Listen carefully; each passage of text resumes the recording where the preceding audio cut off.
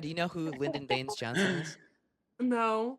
Oh Oh my no. God. The American Guys, education system is really failing us. He was like, Is this something we should have learned in yeah, history? yeah. He was a So, president. is it president? Yeah, He was a president. Yeah. I'm not gonna lie, rather had gonna yagi. Christian, I tweeted I feel like a week and a half ago that love him or hate him, you've been the player of the year on the men's side this year, dude. You've been on a tear. Have you changed anything up? Is it just getting into better health from the lingering knee injury that you had last year? Like, what's going on?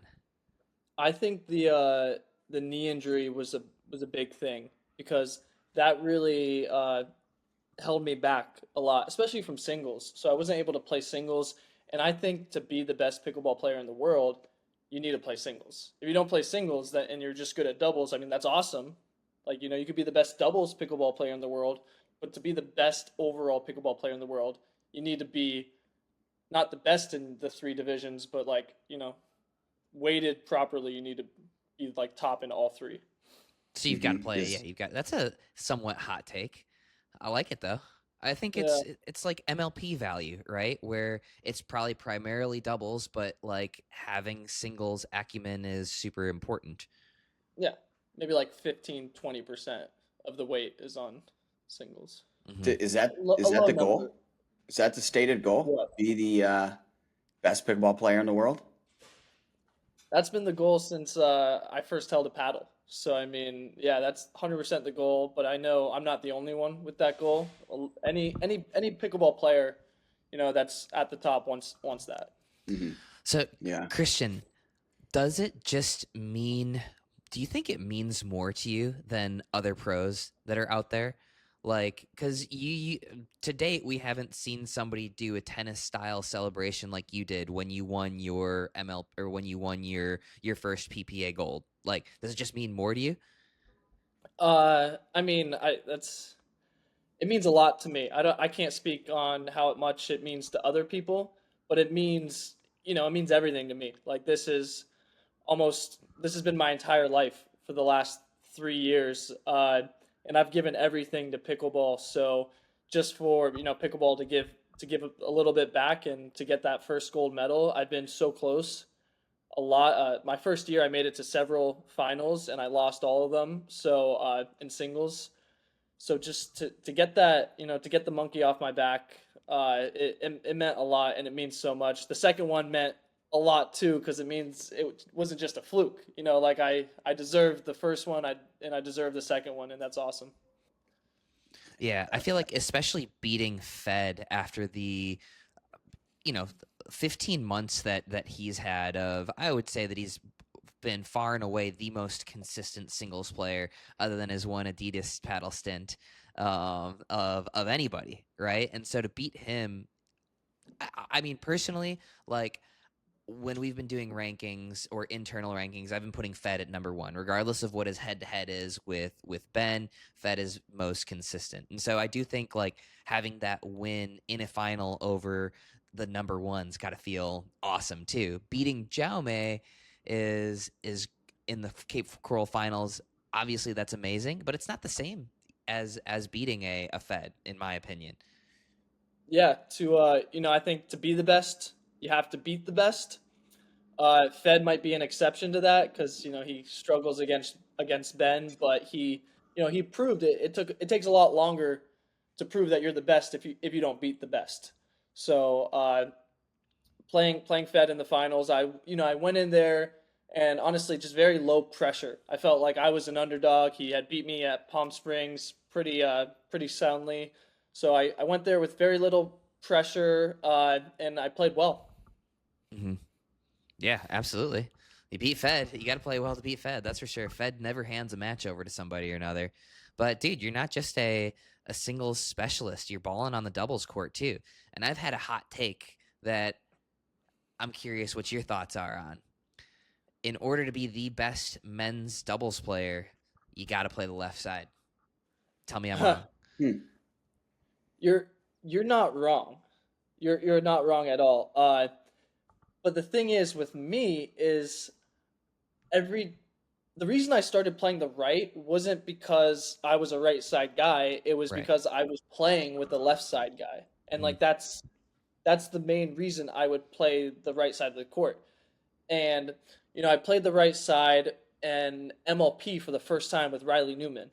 This is like over a year ago, and we did very well. And I thought the right side was very easy, to be honest. And I think the right side is very easy just in general, but it also, as I started playing the right side more, I started realizing how I could like master the right side. And I think like if you look at all the best teams, other than Ben and Colin, it's because it honestly is because of the right side person. You got like Fed and Hayden. Hayden's an animal on the right. Fed's awesome on the left. You have J-Dub and Dylan. Dylan was so above all the other right side players, and that's why they were the number 2 team for so long. I think Ben and Colin are an exception, and yeah, so to be the best, I think you do need to be the left side player, but I play left in mixed doubles, and I think that kind of balances it out. I think I've proven, that I can play the left in mixed doubles. So I think I'm okay as far as like the ego check there. Yeah, dude. No, it's all good. I think generally it's true, and I'm not saying that you can't play the left by any means. Like, dude, if playing with Andre, I think it's a phenomenal. Like, you're better off on the right with Andre because you can play probably a better right than Andre, right? I mean, obviously Andre and Ben won gold last week with Andre on the right, but it's not his primary skill set. So yes, being adaptable, obviously super, super important. I just think as a right side, if you're playing the right side and you're playing with a 5.5 player instead of what you're used to, which is 7.0s, you're going to get isolated out and you're going to have nothing to do in that match. And recently we've seen the right side guys, they're actually creating a majority of the offense in pickleball now, whether it's you from the right side, Gabe from the right side, Dylan, Matt Wright started it against Riley Matt and Riley started that against Ben and Colin. Interesting shift. Right side guys are the aggressors these days. Yeah.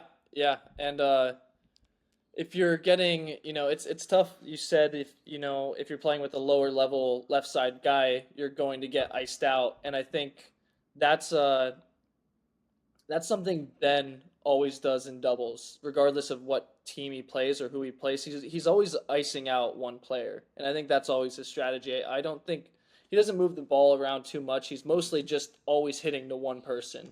So I think that's something I felt when Fed and I played Ben and Gabe in Texas.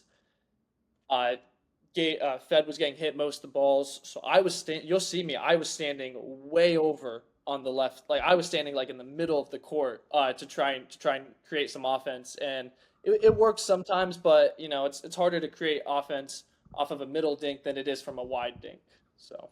Mm-hmm. Yeah, definitely. Let's just read through your results so far this year, and just to give a little context to the listeners here. So in Cape Coral, or let's start with the Masters, you had mixed doubles bronze with Tyra.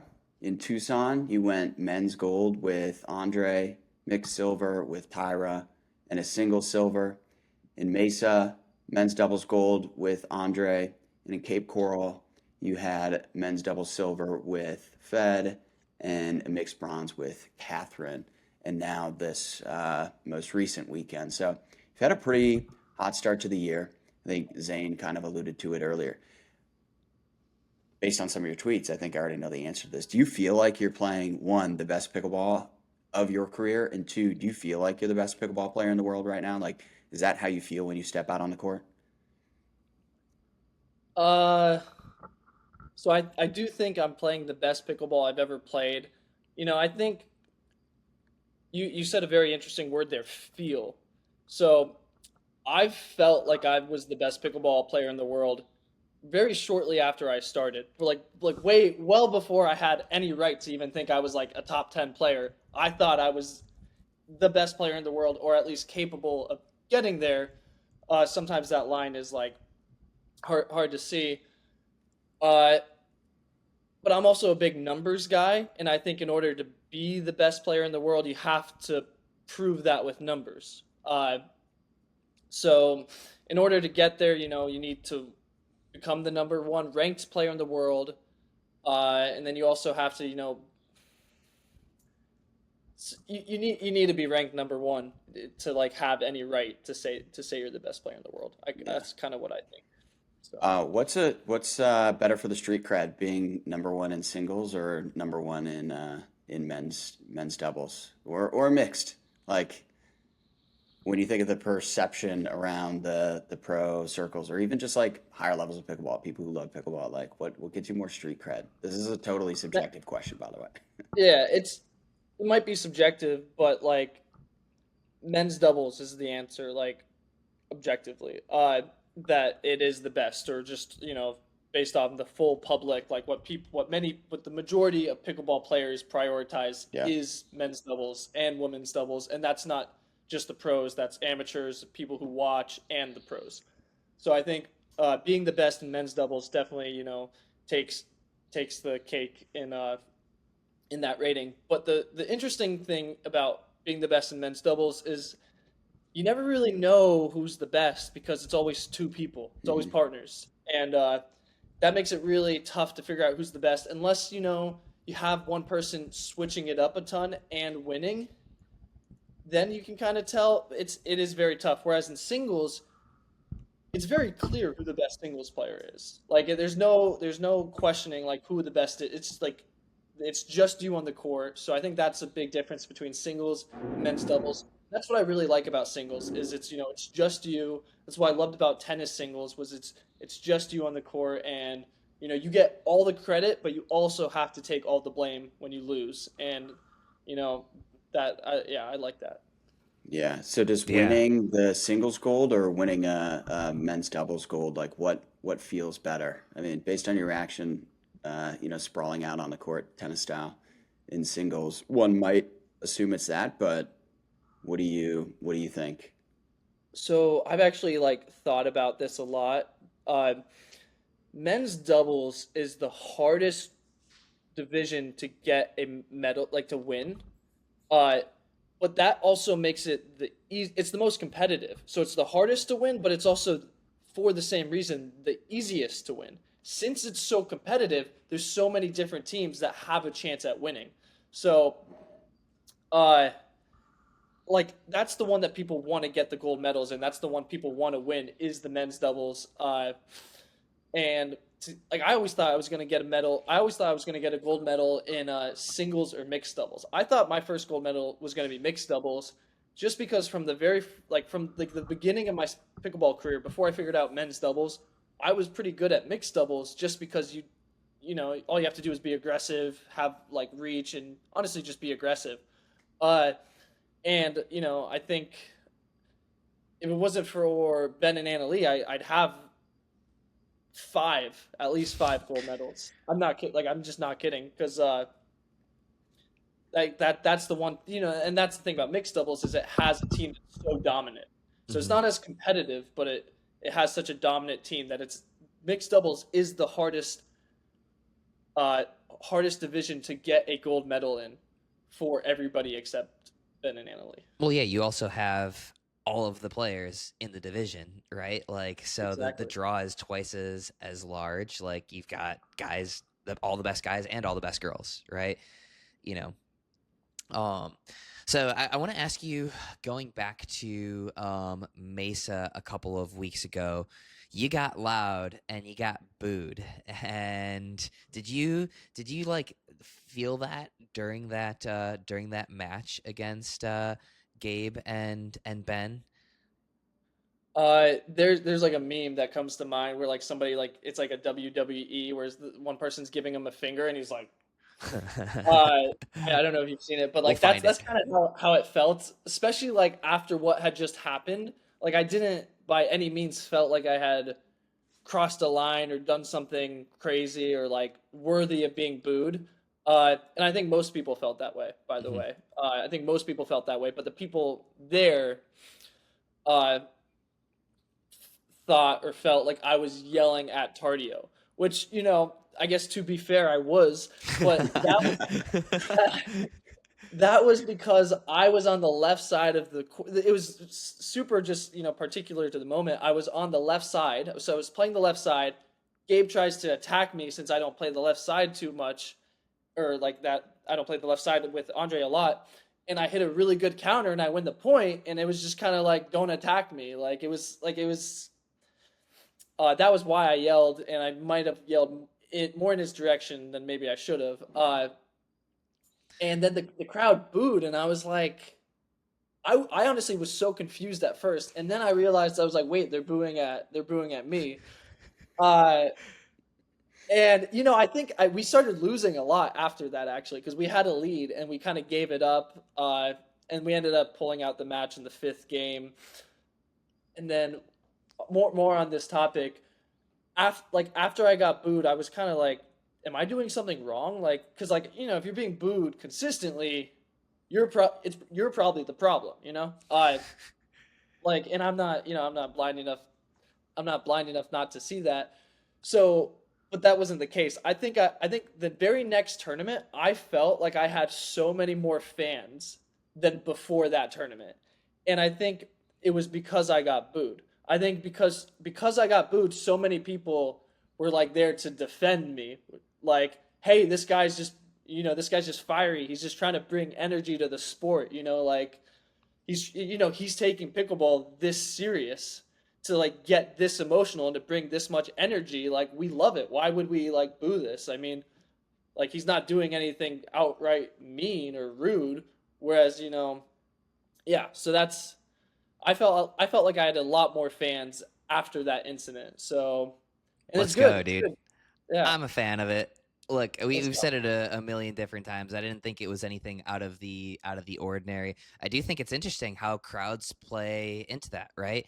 That is a Arizona crowd, different demographic than what you had a couple weeks afterwards down in Cape Coral, right? Very different demographic. So take that into account when you shit talk. Apparently. Yeah. Yeah. Right.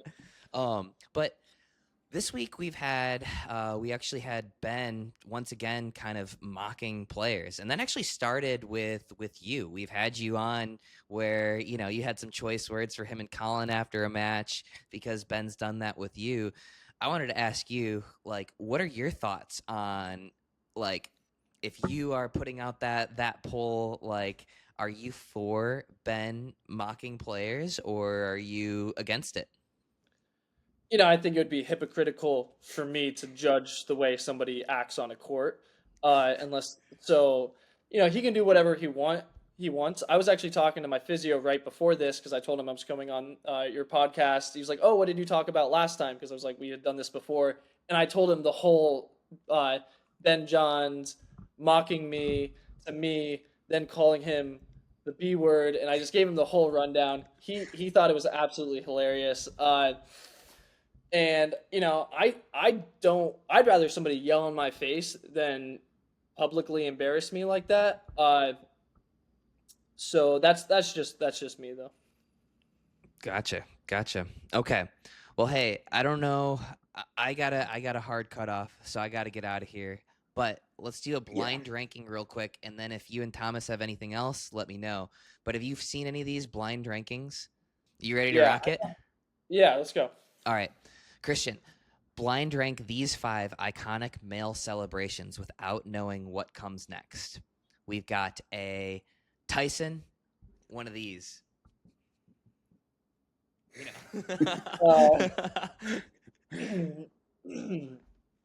I feel like there's a lot better ones than that, even though that's probably not bad. I'm gonna actually put that I'll put it at 4, just so I can leave 5 open.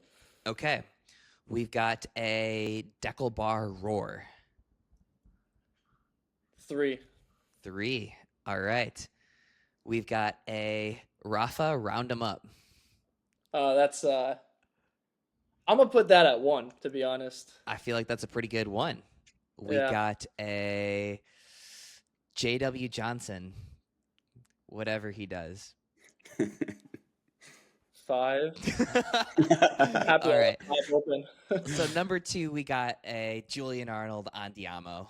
That I would put that at number 2. I like this. I like my ranking. All right, you like Yeah, that good list? list. That's a pretty good Yeah. list. I think that's a Yeah. good list.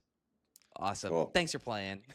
There you go. Is there like there's no correct ranking, it's just subjective? yeah. or- No, we just kind of like to argue afterwards, but I've got no notes on that one. That's pretty good. Yeah. I was think that hoping I could stick you with JW Johnson at number 1, but No, I've seen this. you know Yeah. how it goes. Yeah. All right, Parris, Tyra, thanks for coming on. We asked Grok, which is the X AI tool, to put together some unhinged questions to kick this off. What's the weirdest, Tyra? Let's start with you. What's the weirdest superstition or ritual you've developed to win a match? Oh gosh. I have really weird things when I play, and I have to take a certain amount of sips of my drink when I'm playing. So, like, the first game I have to have 6, the second game I have to have 12. It was something I got from tennis, so it's more Oh my like that, gosh. but I still keep it in Oh, pickleball. that's good. That's good. Parris, what do you got? Well, I'm surprised you guys ask AI for these questions when What you does have that someone even like Zane. what does that even mean? I feel Thomas like your just- mind is. I feel like you'd be able to come I up with some appreciate great that. questions. Thomas just went off on his own. He did that. He asked Grok. So, but what's your weird superstition or habit? I have to go in the same bathroom stall before each match. That's That's kind of what weird, we but asked. it's the truth. That's what we asked. Anybody else on the tour that you guys know of have some like really like rough and a doll like pre-match habits or like little rituals? I haven't really heard of anyone doing anything like super weird. I feel like tennis, there's a little bit more superstition, especially like you said, Rafa. But I can't think of anyone. Can you, Tara? I can't. I do really weird stuff, to be honest. Like, I do things in 3s or like 6s when I play or before I play. Sometimes at tournaments, even in progressive draw, I'll eat the same thing for every single meal. So, like, dinner and breakfast, I will eat like the same thing if I'm like feeling good that week. So I have a bunch of really weird stuff. It might be Tyra then. That's funny. Hey, if it's not broke, don't fix it. It's not for me. sure. I feel that. Well, guys, the reason obviously like it's great to have you guys on the pod, and we're long overdue. But obviously, the big news out of the weekend was you guys won the Texas Open. You guys beat the Girlies in the semifinals, and then the team of Etta and Callie, who had beaten Annalie and Catherine. Like, my main question is this a partnership that we're going to see for the rest of the year? Because Tyra, I feel like you've played a ton with Elise, and I feel like you're just sort of starting to play a little bit more with Parris. And Parris, I feel like you've had some different partners as well. Like, are you guys sticking to it in 2025? Yeah, we're definitely going to play a lot more tournaments together. I was planning on splitting the year between Georgia and Paris. So we're still going to get tons of events in together. So it's going to be awesome. But I have like MLP and stuff with Georgia. So it's good to like still get like the mix in between. But hopefully we can keep our streak going, Paris, and some more events. Yeah, absolutely. I was even telling Tyra, I was like, come on, like, let's go. We just won a PPA, but I understand she also has tournaments with Georgia too. So I'm going to try and So, lock her up how for many as many had as you I guys can. played together previously? I think we've played more at the beginning of last year. We probably played about, what would you say, like 6 or 7, Tyra, I have together? no idea, to be honest with you. I think so. The first tournament we played that I remember last year was Mesa. And I think we had Yeah. lost like second round of Mesa. Yeah, Do you I remember, remember that that match? one. Yeah. So Tyra was like, she started a little bit later than I did. And we had agreed to play some together. And then second half of the year, we didn't really play as much together. But then I feel like now this year we kind of made the decision, like we said, to pretty much split the entire year together. So we're Yeah, going to who get a else do lot you more have, this year, which Parris? is exciting. I haven't figured that out yet. So still kind of talking to some people and trying to figure it out. I was waiting for Tyra to kind of get back to me and let me know. So I don't know. Sure. I'm So should open to people other just DM you partnerships on for sure. Instagram or what if they want to if they want a partnership? I mean, my DMs are open for partnerships. Yes. Oh boy, you've opened up some floodgates here. I think maybe we can put Hunter in the women's draw and put a skirt on him and a wig, and maybe Is he's he the is he women's still listening? partner. Is he over there cooking, listening to you right now? Oh yeah, he's making cinnamon rolls in the kitchen right now. He's a coach and a chef and a player. I'll do it. Well, I usually cook, but I was like, I gotta get on this, so you gotta finish the cinnamon rolls. He's like, are you serious? Like, what do I do? Hold on, So he's making is he cinnamon rolls in the like kitchen, We're just gonna see following along with smoke you. in the background pretty soon. I know the whole is kitchen's gonna making catch on cinnamon fire. rolls like he's unrolling a tin and putting them on a tray and putting them in the oven, or are we like from scratch? No, this is actually, hold on. I kind of gotta show you guys. This is all from scratch. This is homemade. Look at these. Ooh. He's a chef. It's all, look, flour, everything. This is the All real right, deal. Look at that. I'm a jack of all Wow. trades. Put a ring on it. Put a ring on it, huh? I think I'm gonna have to put a ring I on was him gonna since say he's doing I all this was for gonna me. segue to something else, but I couldn't. Yeah, I couldn't not comment on that one. So anyway, Your brain is going. I all can right, feel so towards the end of the year, Tyra, I feel like we had time after time where you were in these like battles with either AL and Catherine or Rachel and Anna, and I feel like for the most part you're coming up just short in these like 11-8 in the third type of matches, and then Parris, I feel like since the beginning of the year, you've been like on a tear in singles, mixed, women's doubles, everything. Was it just the like the right time, right place? You guys are playing well at the right time to go ahead and beat um, Rachel and Anna, or is it something about like your styles that are clicking and complementing each other? Like what? Why this tournament for the sort of hard to say breakthrough, but like it is a big deal to beat either Anna Lee and Catherine or Rachel and Anna. I think there's just so many different strategies that people have like tried against us, and I think the more they do it, the more we can like work on those things and improve it. And I think we learned a lot from all those matches, and we kind of everything clicked when we played. We really knew like what to do out there, what shots to hit. I've there's a lot of stuff I've been working on the court, so I think a lot of things just clicked for us. Parris played insane last weekend. It was awesome to see. But yeah. Yeah, and I think too, Tyra and I were talking about at even after our finals, we kind of sat down and we're like, wow, like we just kind of feel like we know what each other is going to do now. And I think in the beginning, when we played last year, especially when you play with a new partner, you don't really know their tendencies. You don't know what they're going to do. So now we really feel like, okay, on certain shots, I know when she's going to flick. I know when she's going to take a step back. I know when she's going to speed up. I know where the speed up's going to go. So then I can anticipate where she's hitting it and be ready. So I think the more that we play together, the better it's going to be. And even you have teams like Catherine and Anna Lee, Anna and Rachel, they have like over a year and a half together on court, and Tyra and I still don't have that time together, and we're still able to win a title. So I think it just shows the more time we're able to get on court together and get comfortable in that partnership, the better we're going to continue to get. Along those lines, like we've had so many of those close calls, whether it's been with Annalie and Catherine or against Rachel and Anna. And I tuned in when you guys were up a game and like 8-1 against Anna and Rachel in that semifinals. And then all of a sudden it's like 8-4 and 8-6 and 8-7 and 9-8. I'm like, oh man, they're going to do it again. They're going to pull another Houdini act. But you guys ended up closing it out 11-8. Like, what's going through your head when you blow an 8-1 and then you still have to gut it out and grind out game 2? We're actually up like a game in 6-1. and I hit my arm really hard on my knee on defense, and I couldn't really like move my hand, and I was so scared. I thought I wasn't gonna be able to like play the next day, and I was just trying to like play the match. I was trying to hit some of my shots, and they just weren't working.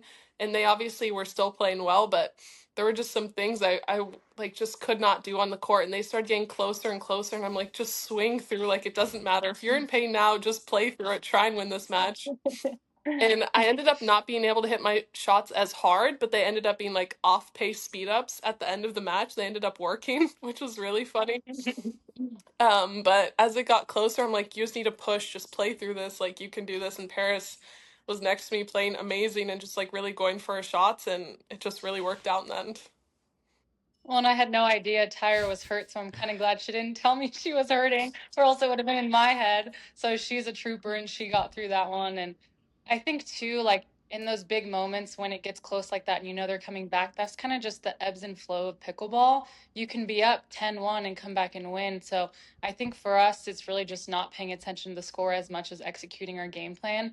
And up to that point, we felt like we had executed the perfect game plan. We just needed to do that in the big moments and not speed up on the wrong balls, or because we're tight, maybe hit a ball that we haven't done the whole match or do something stupid. So as long as we stick to the game plan and stick to what we know was working, then it really paid off for us when it was like 8-8, 9-8. I felt like that was kind of the difference. So in those obviously big points. you guys take that one in 2 games, and then the next day it's a huge, I mean, I would say pretty much everyone would agree that's a really big upset, regardless of whether you felt that or not. I'm sure you guys are competitors. You always think that you're going to win, but the general pickleball public is going to call that a really big upset. And then to follow it up with a final where you guys are the favorites, right? You guys for the first time are a favorite in a final against Callie and Etta, who had taken out Annalie and Catherine. That's got to be tough, right? Because you get to go from playing spoiler against Rachel and Anna to, all right, well, pressure is all completely on us now. Like, how did you deal with that on Sunday, following up a big win? Well, first of all, Anna and Rachel have had such a great, past year, if not more than that, together after MLP. They've been playing insane. I think I would like to see the stats of the tournaments that Annalie and Catherine have won, and Rachel and Anna. Has it only been those two teams that have won a gold medal within like the last year and a half? I think Do I you can guys know look that that up. I stat? think our pickleball nerd Eric Tice wrote something about that. Let me take a look. Yeah, well, Resident picky repeat the nerd. question. I might have it in front of me. What was the question? So over the last, let's say, year and a half, what other teams have won a gold medal that has had a full draw of Annalie and Catherine and Anna and Rachel in it? I kind of feel like in our semifinal match, Tyra and I went in and we knew that Annalie and Catherine had lost. So obviously we have that in the back of our minds that, okay, there is definitely potential that whoever wins this semi could potentially win the whole thing. And I think we were kind of thinking about that too. And going into Sunday, we were both, to start off, we got down like 0-5 against them. So we were feeling that, and we were feeling those nerves. So we came out a little bit tight. And then we just started talking to each other, like, let's just stick to the game plan. We knew what we are going to do going in against them. We spoke about it before the match, and we just started doing that and executing. And it all just kind of unfolded, and we just started flowing. And I feel like when Tyra and I get on the court, we feel like we know what we're going to do now, and we know what each other, the shot that we're going to hit. So I feel like we just kind of got into that natural flow of how we've been playing all weekend. Is the game plan something you can divulge a little bit, or is that a secret? Proprietary. What do you think, Tyra? I think that should stay a secret. I don't blame you. Yeah, so you guys, just speaking of stats, looks like you were 121 to 46 in points. So your opponents averaged 4.2 Oh, wow. points per match against you. That included the match against the Girlies. Yeah. In the whole So tournament? pretty dominant run. I mean, you guys must have been feeling it and feeling good together. I felt good. I was the most scared in our quarterfinals because we had two easier first matches, and it was just Yeah. so windy. And then we went out to play Lacey and Jade, and I was like, I have no idea what's about to happen out here. It was just really scary and nerve-wracking. But I was so happy that the wind died down for our semifinals because that could have been like a disaster playing under the lights with that much wind. Yeah. But after that quarterfinals, I really started to feel good. And then against the girlies, I was just trying to stay confident the whole time. And then for the finals, it was just very nerve-wracking. I haven't played in a lot of finals. Like 3 out of 5 is just like so weird to me. Like we win the first 2 games. I'm like, okay, it kind of feels like it's over. What do I do now? Like you have to stay so locked in.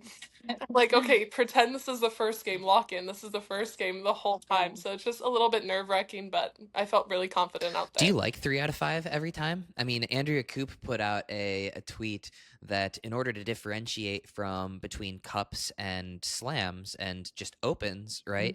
Maybe it's only our slams that are 3 out of 5 for the finals. What do you guys think about playing 3 out of 5 for just your everyday or your every weekend championship Sunday? Actually, I think 3 out of 5 for finals is fine at every event, but I feel like they could do it kind of like tennis and all of the games with the progressive draw were 3 out of 5. I kind of liked when we did that at, I think it was Worlds like 2 years ago or something. I kind of liked when we did that each day 3 out of 5. Yeah, I mean, I think that the slam should mainly be 3 out of 5 because I really feel for someone like Annalie and Ben that are potentially in every final every weekend and they have to play a whole entire draw and then on Sunday they have to go play 3 out of 5 in both doubles and then she has to play singles or he has to play singles. I think that is a little bit much on the body and we're playing out here like 25 plus weeks out of the year. So I think 3 out of 5 is too much, in my opinion, especially if you're going to play singles. I feel like maybe if it was only doubles, that 3 out of 5 would make more sense in a progressive format where you only have one a day because in a progressive draw, you have to show up for your first doubles match being pretty warm. You can't really rely on getting into it and getting those matches under your belt to feel comfortable. You have to be comfortable from the start. So I see from that perspective, but I think the more progressive draws that we play, the more warm we're going to be and kind of get used to that The format. 3 out of 5 during the day format or during leading up to the final. The progressive doing best out of 3, I think is better because the more warm that you are going to those matches, then it's easier on your body because I mean, if you play 5 games and you're doing that 4 times before you make it to the final, I mean, think how many hours that's on your body versus 3 total games or 2 games. So I think it's just unnecessary Sure, okay. hours. I get what you're saying. So on progressive draws, Monday through Friday or whatever it is 2 out of 3, and then championship Sunday can still be a 3 out of 5. But Yeah. And I think it's hard for 3 out of 5 for the fans too, and the schedule wise to plan, especially for like a Fox or ABC if they're gonna come in, put it on Sunday. It's like you don't know, like our men's doubles match before us went 5 before we played on Sunday, and we were like, it could be a 45-minute match Right. or it could be a 2-hour match. It ended up being 2 hours. So like it's also tough for people to plan the day of like, okay, I'm a fan, I'm gonna go watch, but I want to go watch the women's doubles second, but I don't know how long the first one's gonna be. So I just think from like a viewership perspective, it's kind of hard, and a TV perspective to really know how long those matches are Agreed. going to take. Yeah. How was how much of a factor was the wind? And by the way, just to give you guys a little bit of credit here, it's easy to explain away some wins as like a fluke when the elements are in play to the extent that the wind was over the weekend. But in the semi, our boy Tice says the wind had meaningfully died down. So there you go. There's a little bit of credit. But how much did the wind like play a factor this weekend? It seemed like in some cases it was like pretty insane. In mixed, it was so bad on Friday. It was horrendous. And then on Saturday, our first 3 matches were super bad. And then for the semis, the wind was basically gone. There was still a little bit. I heard for the first semis, though, it was really bad, but I didn't really get to see any of that match yet, but I heard it was crazy. The match point return Yeah, that I I think saw Annalie miss to lose that one was like wild. I was like, I probably would have whiffed that ball. I didn't see it. What happened with It was did it the was ball match clearly point. It was a ball change? that was just like clear. It was a serve that was just clearly going to go to Annalie's forehand, and I think the wind was like Yeah. with them at first, and then it like switched and went over to the backhand, Cool. and Annalise going like this, and then she goes to a backhand, and then she like can't quite catch up to it. It's worth watching. It was brutal on that point. Oh my gosh, I'm gonna have to go Yeah. see it Yeah. That's now. the thing That was about all over Texas the wind, though. place. It swirls. I feel like if it's windy in Florida, it's like Yeah. one direction, so it's at least somewhat predictable. But in a place like Mhm. Dallas or like Yeah. Austin, it's just like going back and forth and super unpredictable. It's Yeah, it felt kind of like a That's what tornado out there, Yeah. honestly. So I'm but we felt like when we were choosing sides that we knew which side was better, and then halfway through the match, we felt like it would change. So then we're like, oh crap, we chose to start on the wrong side, and then now we're going to end on the wrong side because the wind is just changing completely. So that also plays a factor, because you think you're going to end on the good side if you have the choice of toss, and you end up not. So that's also, you really just have to play the percentages Yeah. at that I point. know, I'm like, the wind's going this way. All of a sudden, it just changes while I'm saying that and starts blowing the other way. Yeah, we had no idea. We're like, well, let's just guess and try and pick the right side. Hopefully Well, we end don't up you on the think right it's one. kind of silly that we play an entire game from one side and an entire next game from the other, and we only switch during the third game, right? Imagine you guys are both much better tennis players than I was. Imagine you play the first set entirely from one side, the second set entirely from the other, and the third set you switch it 4 games. Mhm. That's just as like you'd get laughed out of the room if you suggested that in tennis. In my opinion, I think Yeah. we should switch games at 6 or switch sides at 6 every game, right? So you start on, let's say, the good side at 6 in the first game, you go to the Mhm. bad side, finish the game. Start on the bad Mhm. side at 6, you switch again. So why isn't there a switch every game? Because like especially on the guys' side and in singles especially, it seems like matches feel like they're Yeah. being decided by who wins the coin toss and can get to hit against the wind in singles, basically. Um, Yeah. it seems like low-hanging fruit to me. That seems like a way that could be easily implemented to like negate the impact of wind on important matches. Yeah, I mean, I think if they were able to do that and make it more fair, it would be great. But I also think we need more rules in pickleball, because I feel like there's no rules right now. And the fact that the win rule has been taken away is a really big thing, because the win really affects the quality of a wiffle ball and pickleball in general. And if someone is going to go watch, especially they're paying money or they're watching on TV and they see it's so windy, it makes the players look more unathletic. And it's hard for them to really gauge how fast the wind is going by watching on TV. So the tour needs to put in guidelines. There needs to be, if it's over a certain amount, whether that's 15, whether that's 20, then they go indoors or they play the next day, because it's really affecting the product. I like of it. This pickleball. is this is I an think we Agents of have Change that though. podcast. That's the problem. We have that, but Well, they chose so not to use it. right. So in Cape Coral, I was playing singles in the quarters against Anna Lee, and she's up a set in 1-0. I can't remember what the score is exactly. And she hits a ball and it literally goes in the stands. So I'm like, okay, the ball is changing so much. It's not fair. Like, there's, especially in singles, when you're in doubles, you're coming to the net and like you can kind of construct the point a little bit more. But when the ball is kind of flying all over, that's like, okay, we need to sit down here. So I brought Dawn on court to try and figure out what to do in the situation. And I say, okay, like, what is the rule here? I said, isn't the rule if it's over 18 miles an hour that we can stop? And he goes, well, that rule was a myth. And I'm like, what do you mean was a myth? I've heard from numerous people that if it's over 18, and he said, well, the rule is if it affects the play. And I say, don't you think that the wind gust right now that we're playing is affecting the level of play? And he goes, yeah, but if you want to stop on center court, then I have to shut down the rest of the tournament. So then it puts us players in a bad position of having to decide to stop everyone else's matches, when that pressure should never be on us. It needs to be the tournament making decisions for the best of the tour and the product. Clip it. No, that's a good point. I had heard something similar, right? Like, yeah, there might be something or another where we can stop, but like, do you want to be that person, right? Like, do you want to be the one that's Right. calling it? But yeah, I mean, like, I get it. You got a lot, especially early rounds. You got a lot of matches that you have to move around. You sold a lot of tickets out there, right? Like, I think the quality of play is obviously severely impacted, but like, what is the alternative? There were some stands inside.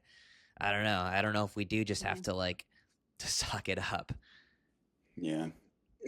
Yeah, I mean, I understand too the ticket sales from the PPA's perspective and trying to make every fan happy, but also if I'm thinking about it, if I'm a fan and I'm going to watch and the level of play is being affected that much where it's not even enjoyable to watch, then there's also that conversation. So like maybe there's a happy medium. If we do have indoor courts, then once we get past the second round, then we schedule accordingly to put everyone inside so that the matches are of better quality.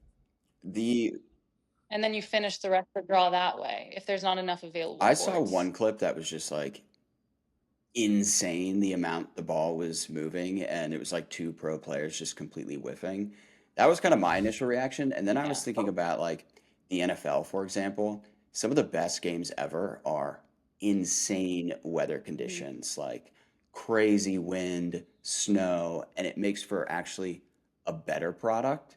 So I don't know if I would say that's the same for pickleball when people are just straight up whiffing the ball, but I wonder if it is like a point of consideration.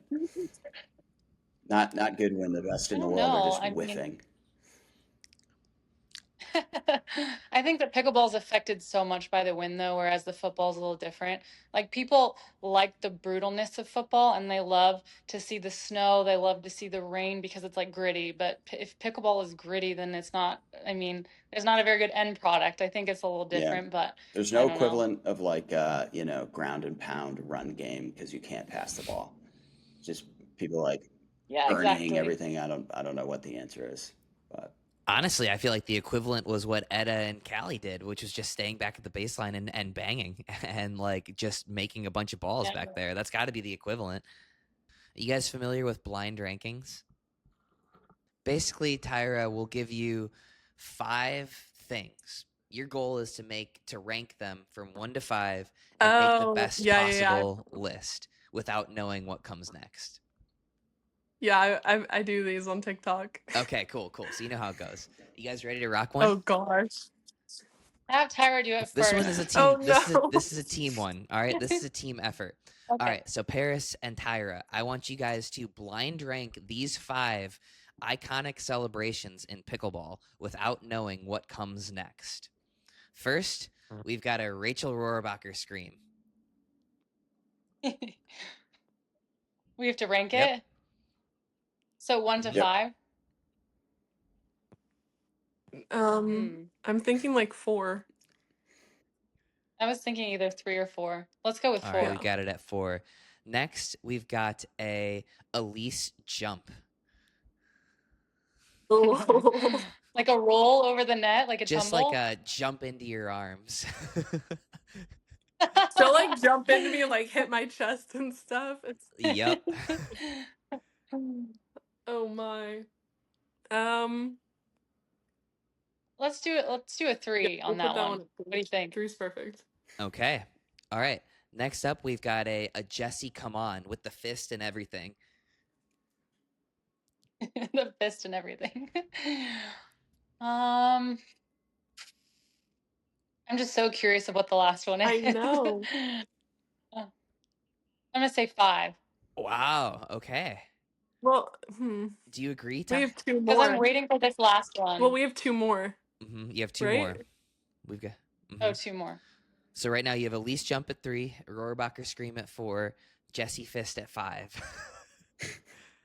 Could have said that differently, but I probably could have. Are we okay with that? All right, we're okay with that. We're gonna move on. yeah, we got to be quick here. Okay. All right, next up we've got a Georgia jump. Okay, we'll put that one at 2, I guess. All right. Okay, 2. 2. Let's. I think you guys might like the number 1. We've got a Lucy Kovalova fist. That's That number is one. Number one. iconic, right? I love when Lucy does that. That's her. It's like the Statue of Liberty. What is it? Yes, thank you. All right, so we like that list. How do you feel like you guys did? Are we getting a rating? Oh, you or- can Like, offer would some you make any revisions. changes? Yeah. I think I'd probably put Jessie a little higher than 5, now knowing the whole thing. I think I would probably put her at like a 3. I thought we were gonna get some like Ben Johns yelling last week, or like some Christian Or the Alshon Colin screaming. John net No, court. we just did the women's one for this time. We've got Christian Oh, I on. thought we were gonna Christian's get gonna some do the crazy guys. ones. Christian's gonna do the guys. Honestly, Parris, I feel like our synchronized squats from a few years ago should have made it, Oh. but yeah. You know what's funny is I still do that on court, and I have no idea how I even started, why you did it with me. I literally don't even know like the origin of that. How did we do that? I have no idea. I think it was just complete dumb luck. I think that's just serious partnership and being so in touch with your partner that you just end up doing the same celebration without even knowing Exactly. it. I wasn't even looking at you. I was up front at the net. Oh my God. That's just how good BLQK chemistry was back then. Way back in the day. All right. We got one I more know. blind rank, and this one's mostly for Parris, to be quite honest. So we're gonna have you I'm nervous. blind rank Johnsons. Oh no. All right. So first one is Magic Johnson. 4. 4. Okay. Next up, we've got JW Johnson. 5. 5. All right. We've got Dwayne The Rock Johnson. I know it's gonna be Yates and Hunter next, so I'm gonna put him at 3. 3. All right. Yeah. We got Hunter Johnson. 2, 1. A little hesitation there. You put, is that your final 1. answer? He's staring at me, so I'm gonna say 1. 1.5. All right. And then we got Lyndon Baines Johnson. No Yates Johnson. What is that? You don't know who Lyndon Baines Johnson is? LBJ? No. No, I have no Lyndon idea. B. Take a history Johnson? class. Who is Lyndon it? B. Johnson? Does that help Just you? keep saying it, Just Thomas. Maybe because she'll you're get it. saying the longer name, I don't. Yeah, keep I saying it still don't until she know. gets it. Tyra, do you know who Lyndon Baines Johnson is? No. Oh no! Oh my God, the American Guys, education guys, system guys, is guys. is really failing us. He was like, Is this something we should have learned in history? yeah, he was a So, president. Is it president? Yeah, he was yeah. a president. Oh, see, I kind of knew. Hunter's like, he's the president. I'm like, yeah, he's the president. I'm gonna have to give him a 2 then, right? Because the 2's open. Exactly. So you got Hunter 1, LBJ 2, Dwayne The Rock 3, Magic 4, and JW 5. I agree. I think I should have put the president at number 1, but I'll talk about that with Hunter Yeah, later. you guys can discuss that. All right, guys. Anything else that you guys have for us? Anything else that we should have asked you? I don't think so. Tyra, did you have anything? No, I really want to hear about your match with Ben. Oh yeah, well you have to tune into the Pickle Pod. Oh. we're gonna Tommy and I are gonna run through that. But Tyra, show the people your hat. I got a real kick out of that hat. It says, for those of you guys who are listening, it says, "Damn, might have to call in thick today." And is that Winnie the Pooh? Oh my I gosh. think it's like just a little bear. It's a bear. Oh my gosh. That is so That's an cute. epic It's one of my hat. favorite hats. Epic hat. Well, Tyra, you'll have to tune in to the Pickle Pod. I'll break down the match against Ben. That's for sure. What else are Can't we wait gonna to hear talk about it. All right, guys. You guys could have had the gold medal. We were the only team that could have stopped him, to be quite honest, as Yeah. was proven. So Yeah, you were the closest. yeah. Well, guys, appreciate you guys coming on. Yeah, definitely do it again soon after your next gold medal. Yeah. So Tyra and Parris just dropped off, but at the end there, you mentioned that you guys were the only ones that could have stopped Ben and Gabe. Give me a little bit more on that. Oh man, well, Ryan Fu and I played our first tournament together, and yeah, we kind of got beat down in the first game, but I think they won the toss, and they picked what I thought was the bad side. Generally, you want to pick the good, or you want to start from. No, hold on. They won the toss, and they picked the good side. Generally, you want to win the toss and start on the bad side, because then you would end game 3 on the good side. So I felt like they chose the wrong side if there was one. And so game 1, from the good side, they crushed us 11-4. Game 2 was relatively close until we went on like one big run from the good side, and we ended up winning game 2 11-3. We played the first half from the bad side pretty well. We actually got to 6 first, and then they came back and beat us from the bad side. But basically, we were just using the wind, ripping it, playing well, countering well, not missing a ton. It wasn't like it was incredible quality play. There were a lot of misses all around, but yeah, we ended up having a match point. I had a poach to win it and clip the tape, and they ended up doing what they do. They came back, beat us 12-10, or maybe it was 13-11. I think it was 12-10. And yeah, I think that was the momentum that partnership needed to take home the entire championship. But yeah, I mean, quite honestly, they didn't play the way that they should have played. Like, it shouldn't have been that close. They really tightened it up when they needed to down the stretch, but realistically, they should have beat us a little bit more lopsided than that. Yeah. What what was your take on the win? Like, you personally, is it just like insanely frustrating, or are you like, you know what, everybody's got to deal with it? This could potentially be like a nice extra variable that could potentially, lead to some upsets and maybe an easier path to finals, or like, how do you deal with it? Like, what do you think about it, especially when it's that crazy? Yeah, well, I mean, like, there's a few different considerations. Personally, I love the chaos, and so I think about wind as a zero-sum game. It's gonna make me worse, but if it makes my opponent more worse, I'm winning that exchange, right? Like, everybody's gonna be worse because of the wind. Like, let's just get that out of the conversation. If it impacts my opponent more than it impacts me, then I should be cheering for gale force winds all the time, right? And I think that's a good mentality to have when you're playing a tournament. Like, Yeah, well, it can't control the is. wind. It's mentality, right? Like, if you can just have the better mentality, that's an advantage. So if you can be the team or the individual who's not getting frustrated, you have a competitive advantage. So Yeah, and I mean, generally, I think in windier conditions, it's more difficult to drop. It's more difficult to play the slow game. You see shorter points and a little bit more aggression, and I think that feeds into my personal game style as well. Love driving the ball, love speeding up the ball, and all that stuff. So yeah, I think driving thirds in windy conditions, smacking serves is super important as well, and that just fits well with my game style. yeah, okay, not to harp too much on the wind here, but just to Paris's point, where if it's 18-mile-per-hour winds, like, do you think it warrants, like, pausing the matches and moving them, or do you think it's like, whatever, everybody's got to play with it, play? And is there a threshold where it's like, just end it, cancel the tournament? Yeah, we were definitely on the borderline of it being completely unplayable. Hmm. I think that we made an okay call. Like, there were some gusts that were obviously unplayable, but I do think we were able to play through this. Like, it was brutal.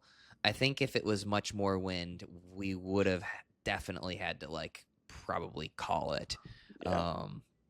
And I've played plenty around the Midwest in springtime. There's definitely a threshold where it's just like, this isn't even a sport anymore. Yeah, it's not even fun. Yeah. All right, total pivot here, but Eric Tice put out a poll.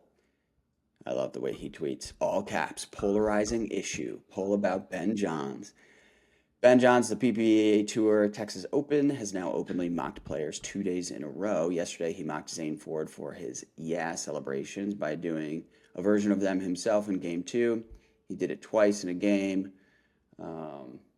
Ford went on to win the singles match in 3 games.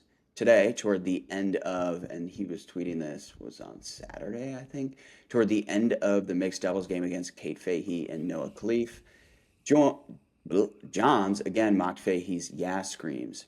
I assume he was mocking her, but could have been mocking Noe as well. He did it on the last 2 points of the match, with ALW and Ben winning the match. Are players just supposed to stay quiet and stoic the entire match? Is screaming "yeah" loudly really offensive in pickleball? Let me know your thoughts. Whose side are you on? And the options are: Ben, keep mocking players. Just a funny option. Ben, but stop mocking. Players that like to yell. And other, explain in the comment. What would you vote on that one? And then I'll reveal like the results, which actually were surprising to me. Like, what's your take on that, Joe? Interesting.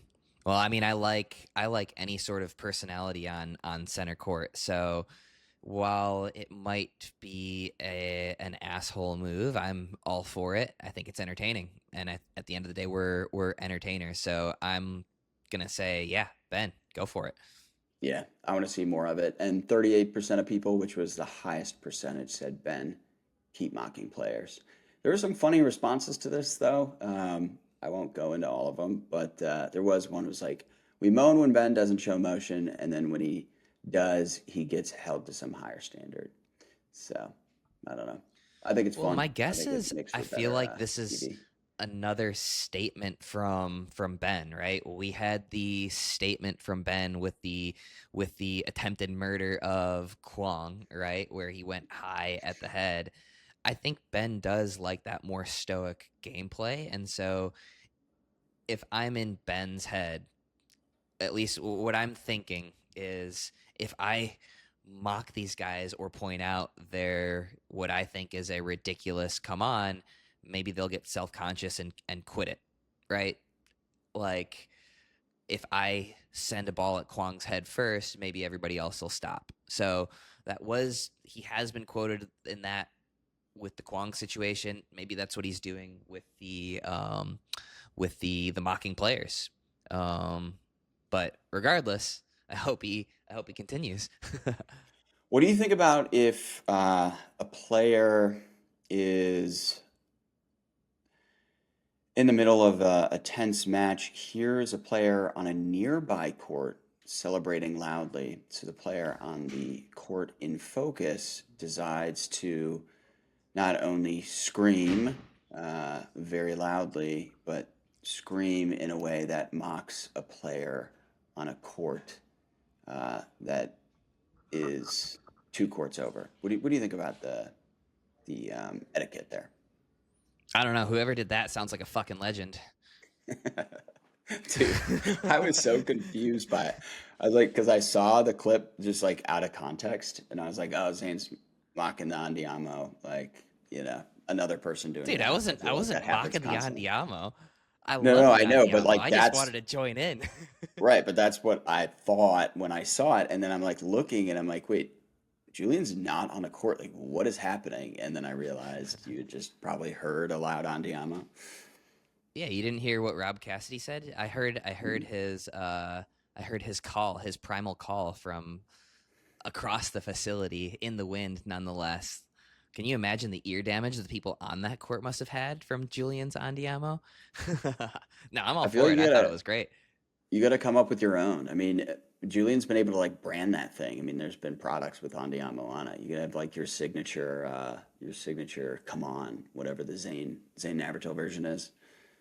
All right, well, YouTube commentators or commenters, let me know. I will completely pander. Just tell me what to say. Tell me what to yell next time around. It's maybe we'll do some tryouts. Maybe I'll start yelling some stuff. Are you a little bit worried about Zane Ford kind of coming up in the ranks and him being like the best Zane out there?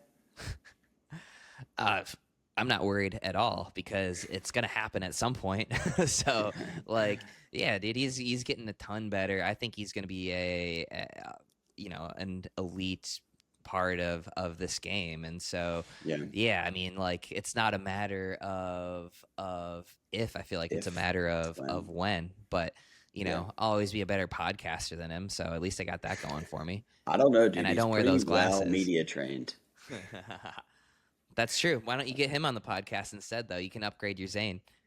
Yeah. We'll swap him in. Maybe you can take my place and be the Zane's show.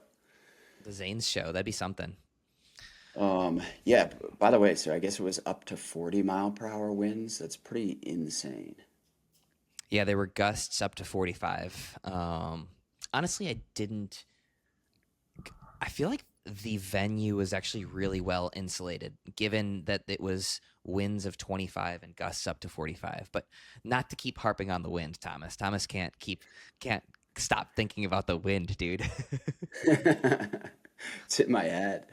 I do wonder though, like at a certain point, that it does seem like there's always something going on with playing outdoor. Like, do they just need to move indoor, especially if they want to have consistent events and not have stuff like this happen? And Mhm. it's better for Ben's eyesight too, which is very important. In women's singles, it seems like Leia's back. She played tough against Anna Lee again this weekend and ended up finishing bronze, I believe. Is Leia back in singles? I mean, we asked that on the last episode, so I think now that we've talked about it 2 episodes in a row, the answer is yes. I would love to get her back on the pot. It's been a while. Every time she comes on, it's gold too. So let's see if we can. Yeah, I feel If like she's she's back, playing. let's She's put her playing good back on the ball. pot. Yeah. I feel like she's Um, playing good ball. We had what? in men's singles, John Lucian Goins was at it again. He took out Gabe Tardio in the second round. He's the 55 seed too, so he's going to be coming up on that issue of needing to sign a UPA contract, right? Because at a certain point, you Yeah, can't right. play once you're in the top 50. And he's probably about to be there. Yeah, isn't this? That's why I go back to like the UPA would just call it a business decision, right? Like this is the perfect circumstance. You got a kid coming up. If he wants to keep doing what he's doing, he's got to sign a contract. Hmm. That's What do just show you business. this so Etta do you know how to pronounce her name? Tui Natoa? Callie Smith's partner? Your guess is yes. Callie Smith's partner is how you pronounce her name. Yeah. I think that's what she goes by. Good fun run for them getting into the finals. But I do think, this is one of those, listen, I can't get the wind out of my head. But when the wind is this big of a factor, it creates for interesting results, people creeping further into draws than they otherwise would have, which I think is good. I think that's one of the positives. Hmm.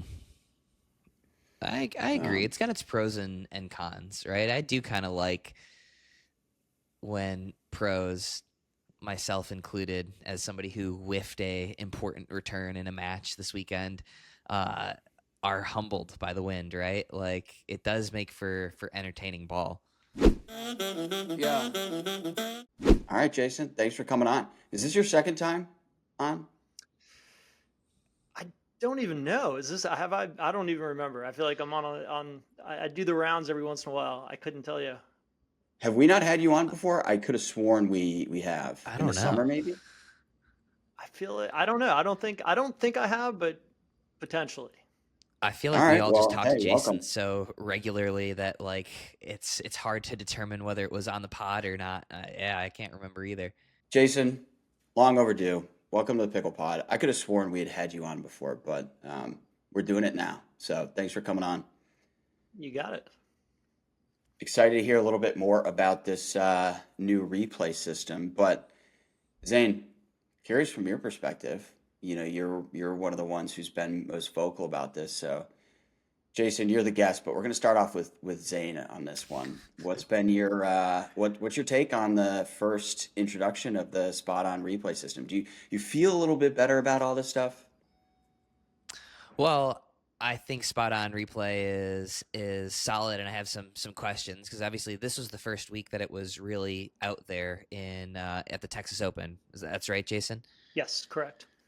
So yeah, I mean, I put this thing out about cheating a couple of weeks ago.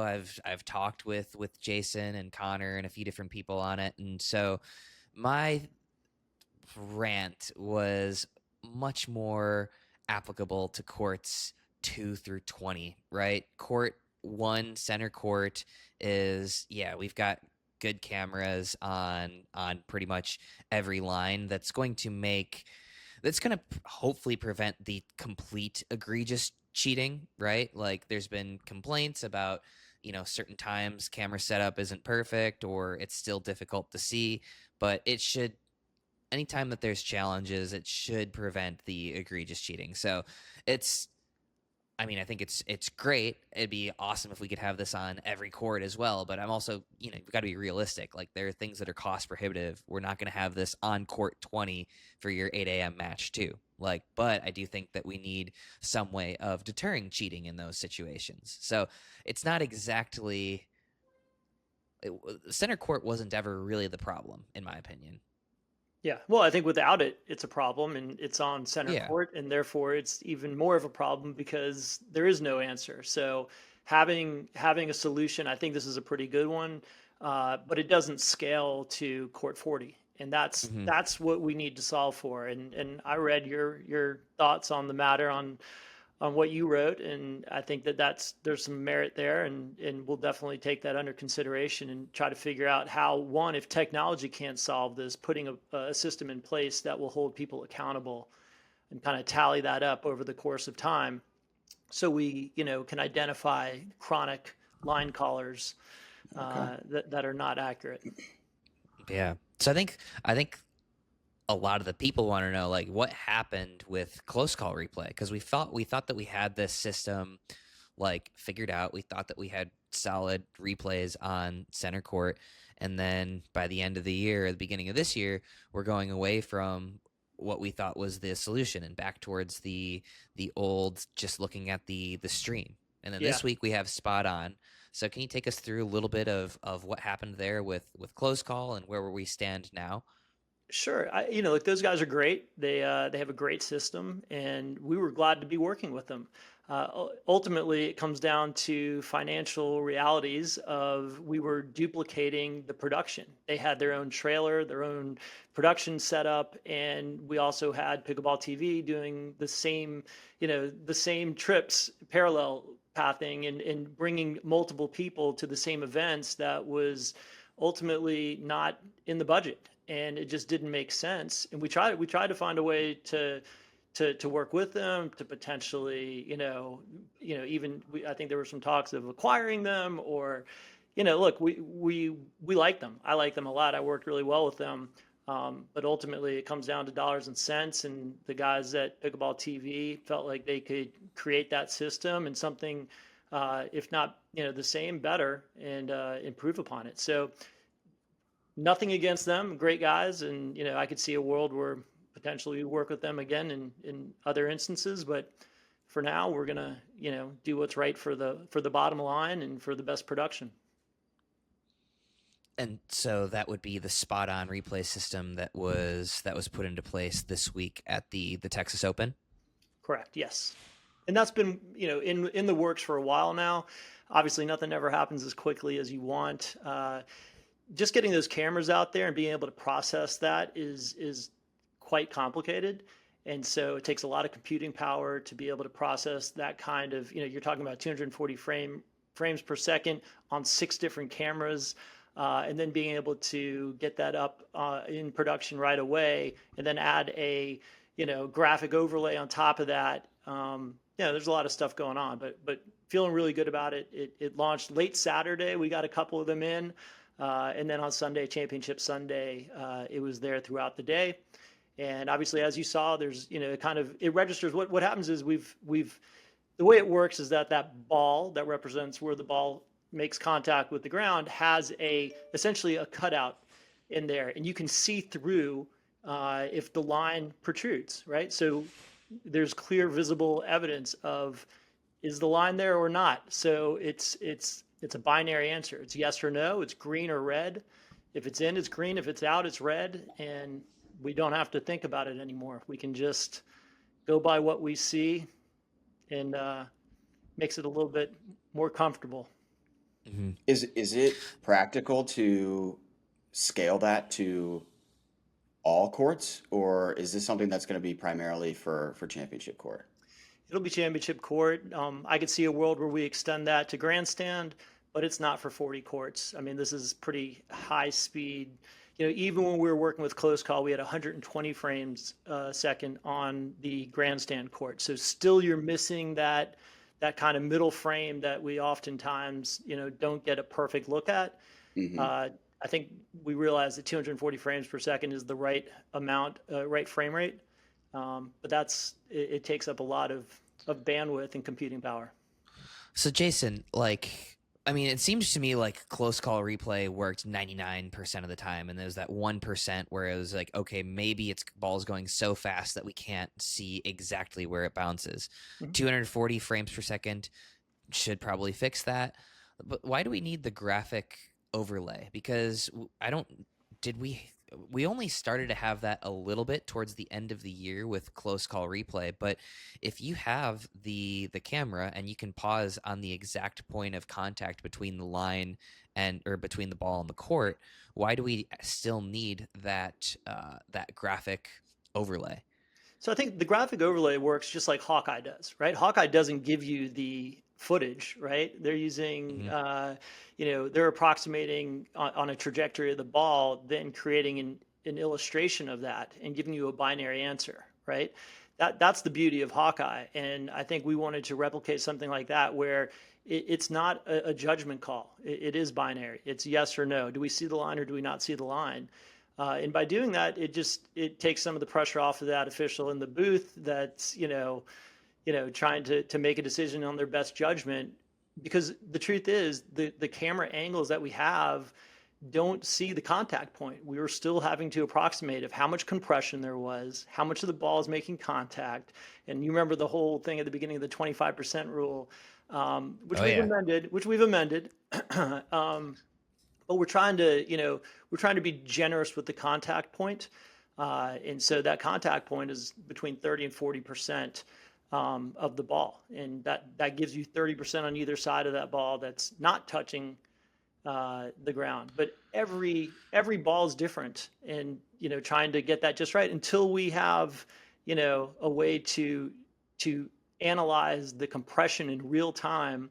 We're going to have to make our best judgments, but we're talking millimeters, and that's better than feet in some instances of bad calls. Yeah. Well, I'm looking at this graphic from a challenge, and it doesn't look to me like you guys are saying that there's only 25% of the ball hitting. It doesn't look like it's, I don't know if Thomas, you're able to share what we have on our end. It does look like it's still a dime sized red dot in the middle of the pickleball. But you hit the nail on the head, and my question was going to be it's not always a dime size every time. On a ball that's going on a completely flat trajectory, you might have a even smaller size versus a ball that's coming straight down is going to compress into the court more, which is why it makes me wonder, rather than always having this same amount of ball touching the court in our replay system, if we have 240 frames per second, why aren't we using that instead of the arbitrary dime size? So one, that isn't meant to represent a dime. That should be a little bit bigger than a dime. It's approximately 30% of the ball. But we also, we can't identify in real time how much is making contact with the ground. We don't have an underground look of that. And so maybe one day we'll be able to, use some geometry and some algorithms to figure out exactly what's making contact. But I think that by taking a generous contact point, because also the human eye can't see underneath that line. So we have to, the rule is that you're supposed to see the ball out to call it out. So when we are, obviously there's money on the line, there's a lot of pressure here. So instinctually, we are calling our own lines. Players are calling their own lines. It is in their benefit to call it out. And so when we go to review, we want to, it's not an umpire calling that out. It is a player, and they have a bias. So we want to give the benefit to the ball being in and being played. And we've seen there are a lot of players out there that are very generous with their calls, and unless they absolutely see it out, they will play it. And we really want to encourage that. We don't want people to play out balls, but we want people to be sure that the ball is out. So I'm still somewhat confused on that. So the amount that the replay system is showing, we think is a generous amount of compression is what you're mentioning, right? The red dot on the contact point, right? The contact point is a generous amount. And when we ran the numbers, the ball can compress when, like, as you mentioned, a big compression can hit 50% of the ball, right. right? A small amount would be about 10%, 7 millimeters. And a large amount is like 50 millimeters. Don't quote me on that. I think that's right. Sure. So back to my question being, like, rather than splitting the difference, right? When we can see, because we have 240 frames per second now, why are we using the red dot at all instead of just the high-tech cameras? But we still use the cameras, but we don't see the contact point under the ground because the cameras are fixed above the ground, so you're seeing down, and so the outside circumference of the ball is blocking the actual contact point. You don't know. It's always going to be some guesstimate. Got it. Yeah. Okay. That gets us to that satisfies me. All right, Jason. Okay. So in these internal conversations, this is a show, right? So we gotta. This is interesting to us. Not getting into too much detail might not be so interesting. So I'm curious more on the side of how you're characterizing this as an issue that you're trying to solve. Is this a broadcasting issue, or is this, as Zane has put it in some of his content and tweets out there, like a rampant cheating issue and abuse of line calls? Like, what are the internal conversations as far as, like, what are the problems you guys are trying to solve, and how big is this cheating issue actually?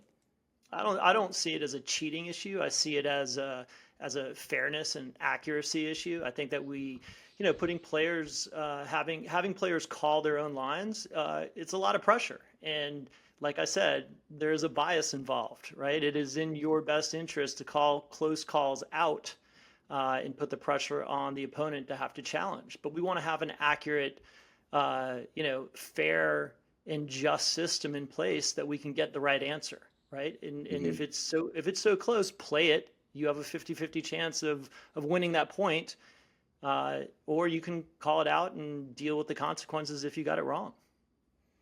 So you only have it. This system is only being implemented on championship court, though. So is there moves to? I mean, I don't know how many courts are in play in any one pro tournament. Like, if it's singles, it's probably even more, but this would only solve essentially like a 20th of the problem theoretically, right? So how do you, one, address it on championship court, but then two, on these other courts, grandstand and beyond? Well, as I mentioned, we're talking to a lot of different technology companies that believe they're on the path to being able to solve this, not at the same level that we're doing on championship court with 240 frames per second on 6 different cameras in a full production. That's not going to be it. But I think that we can get pretty close. Companies are claiming 95% accuracy with single or 2 cameras in use. So we're looking at all those options and seeing what makes sense and who is really accurate.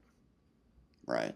Yeah. I mean, because just having at least something is better than nothing. And I feel like there are, it could be as simple as getting GoPros, or like what Podplay does on all the off courts. And it's not going to be perfect, but it's at least a deterrent from making those egregious bad line calls. Yeah. And we're streaming all the pro courts now. So there are cameras there. The ability to go back in real time and get a close enough view to accurately make a decision like that, that's where we are lacking. And so we're working towards it, and we'll get there. Every day, and Zane and I talk about this. We continuously see opportunities to improve, and we go and tackle them. And so it's a process, and everybody wants it right now because we're accustomed to watching the NFL and the NBA, and we have really high expectations in terms of production. We're still, we're just getting going, but we're making improvements every week. One last question for you, Jason. Do you think we landed up in a good spot with targeting rules? That's been great podcasting material for the last couple of weeks. The question was, did we end up in a good place with targeting? You mean headhunting? Yeah, I think so. I think that it was, I felt like it was something necessary to do. I'm glad that there's something on the books now that, hopefully deter people from trying to maliciously attack at the head. That doesn't feel like it's part of the game, and it obviously can lead to some significant injuries, and we don't want that to be, part of what pickleball is. Obviously, we have a ball flying around at high speeds in close proximity. Accidents will happen. That's part of the game, but it should never be intentional. Mm-hmm. You it seemed like you had implemented that, and then I heard that you had sort of withdrawn that, the headhunting call. Is that active right now, or what's the status of it? Yeah, it's active. We just took it out of the referee's hands, essentially. It'll be a video review after a match, so no in-game consequences.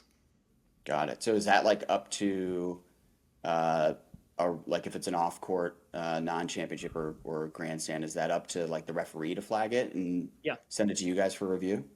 Correct. Yep. Yeah. Okay. Interesting. Yeah, it'll be interesting to see what comes of that, if there's any more. I mean, have there been any actual calls that have been upheld? I know Don had come out and made that one. I think he was excited to use the rule for the first time, and then he withdrew it pretty quickly. But any other instances? No, we haven't seen anything else. And hopefully just having a rule in place, as Zane had mentioned, is enough. And that's enough of a deterrent that now we know where the line is drawn, and let's not cross it. Appreciate you coming on. Hopefully it's not the last time. I'm sure we'll have plenty more suggestions for you and your committee. And I feel like with so many changes, we've always got something to talk about. So hopefully have you on again soon. Sounds good. Appreciate it, guys. Awesome. Thanks, care. Jason. Thanks, Jason. Bye-bye. Yeah. I'm not gonna lie, rather had fun.